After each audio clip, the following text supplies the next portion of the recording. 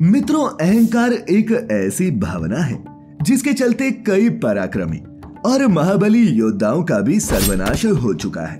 और ऐसा ही कुछ एक बार कुंती पुत्र अर्जुन के साथ भी हुआ था, जब अपनी धनुर्विद्या पर घमंड के चलते वो आत्मदाह करने लगे थे।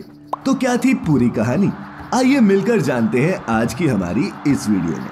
नमस्कार और स्वागत है आप सभी का द डिवाइन टेल्स पर एक बार फिर।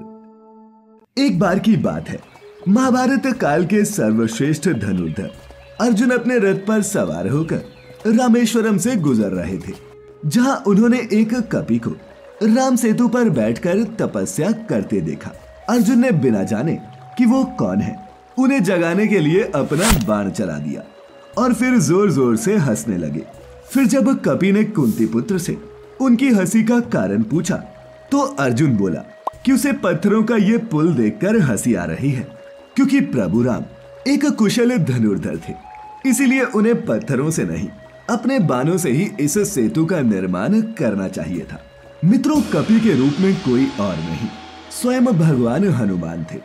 उन्होंने अर्जुन को समझाते हुए कहा कि भगवान राम की सेना में महाबली वानर भी शामिल थे, जिनका वजन बाणों का पुल नहीं झेल पाता, इसीलिए पत्थरों का ये पुल बनाया गया।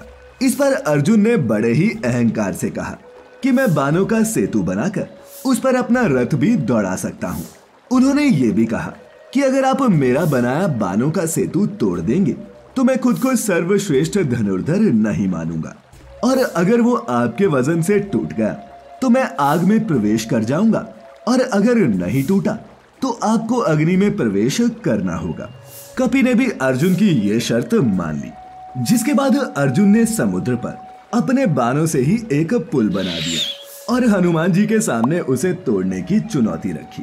कपि रूपी हनुमान ने कहा कि अगर ये पुल मेरे 2 चरण का वजन भी झेल गया तो मैं हार स्वीकार कर लूंगा और खुद अग्नि में प्रवेश कर जाऊंगा। इसके बाद अर्जुन ने अपने प्रचंड बाणों से सरोवर पर सेतु तैयार कर दिया, और जैसे ही सेतु तैयार हुआ, हनुमान जी अपने विराट रूप में आ गए और भगवान राम को याद करते हुए उस बाणों से बने हुए सेतु पर चढ़ गए। पहला पग रखते ही सेतु डगमगाने लगा, और जैसे ही हनुमान जी ने अपना दूसरा पैर रखा, वो चरमराया लेकिन टूटा नहीं। वहीं तीसरा पैर रखते ही सरोवर के जल में खून ही खून हो गया। अब पुल टूटा नहीं था। अब हनुमान जी सेतु से नीचे उतर आए और अर्जुन से कहने लगे कि मैं पराजित हो गया, जाकर अग्नि तैयार करो। अग्नि प्रज्वलित हुई तो हनुमान जी उसमें जाने ही लगे थे, लेकिन तभी भगवान श्री कृष्ण प्रकट हुए और उन्हें ऐसा करने से रोक दिया। भगवान ने कहा, हे हनुमान, आपका तीसरा पग सेतु पर पड़ा। उस समय मैं कछुआ बनकर सेतु के नीचे लेटा हुआ था।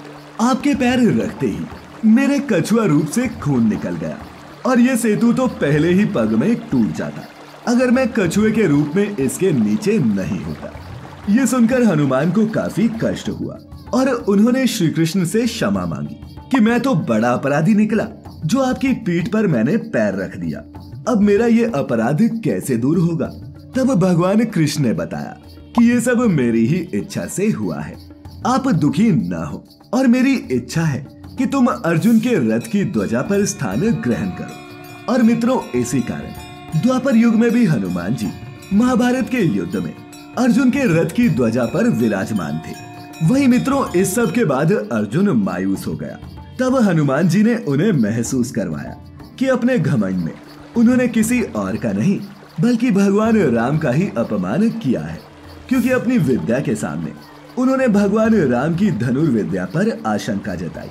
तो इस तरह अर्जुन को अपनी गलती का एहसास हुआ और उन्होंने आत्मग्लानि के भाव से एक साथ एक बाण से भयानक अग्नि प्रज्वलित की और कहा कि मैं पराजित हो गया हूँ, इसीलिए अब मैं अग्नि में प्रवेश करने वाला हूँ।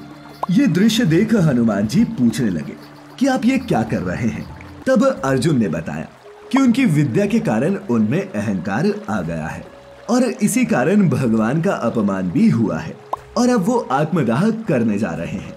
उधर भगवान कृष्ण भी ये सब देख रहे थे। तब भगवान कृष्ण ने अर्जुन से कहा, पार्थ, तुम आत्मदाह करना चाहते हो क्योंकि तुमने मेरा अपमान किया है। लेकिन ऐसा करके तुम मेरी बनाई प्रकृति के नियमों का उल्लंघन करोगे। मैंने मनुष्य को ये अधिकार नहीं दिया है कि वो स्वयं को अपने कर्मों का फल या फिर पाप का दंड दे। ऐसा करके तुम ईश्वर की नीति में हस्तक्षेप कर रहे हो, जो कि अक्षम्य अपराध होगा। माधव ने अर्जुन को एहसास दिलाया कि आने वाले समय में जो भयानक युद्ध होगा उसमें तुम ही केंद्र में रहोगे और तुम ही धुरी भी। इसीलिए तुम्हें अपनी विद्या पर जो घमंड हुआ था उसे तोड़ना आवश्यक था, और तुम्हारे इस घमंड को चूर करने के लिए मैंने ही बजरंग बली हनुमान को इस कपि रूप में तुम्हारे पास भेजा था, ताकि घमंड के चलते तुम पथ भ्रष्ट ना हो जाओ। तो मित्रों, इस तरह भगवान कृष्ण और हनुमान ने मिलकर अर्जुन का घमंड चूर चूर कर दिया। आपको हमारी आज की ये प्रस्तुति कैसी लगी नीचे कमेंट्स में जरूर बताएं, और अगर अच्छी लगी हो तो इसे अपने मित्रों रिश्तेदारों के साथ साझा भी जरूर करें। ऐसी सभी आध्यात्मिक और धार्मिक कथाओं के लिए जुड़े रहे द डिवाइन टेल्स परिवार के साथ। तो मित्रों, फिलहाल आज के लिए बस इतना ही। अब इजाजत दें। आपका बहुत बहुत शुक्रिया।